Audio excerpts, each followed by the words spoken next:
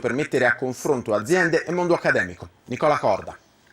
Scienza e innovazione al servizio di un comparto in continua crescita. Il supporto di Crea Unica alle imprese del settore agroalimentare arriva con la quinta edizione dell'evento, che rappresenta un ponte tra l'Università di Cagliari con il territorio e il mondo produttivo.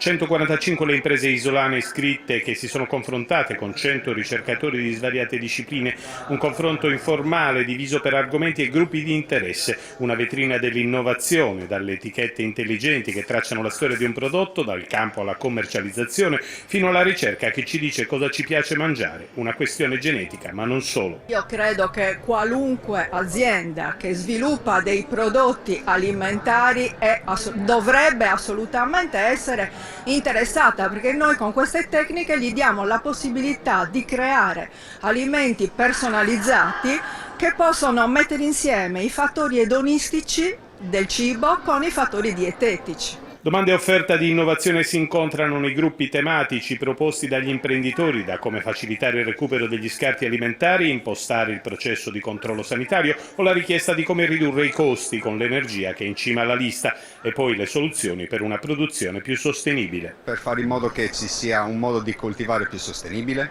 quindi lo sviluppo delle biosolution e delle tecniche per cercare di rendere produttivi quelli che vengono definiti spesso scarti di lavorazione come prodotti con qualche piccolo difetto, quindi destinarli alla trasformazione e ottenere il massimo risultato col prodotto coltivato.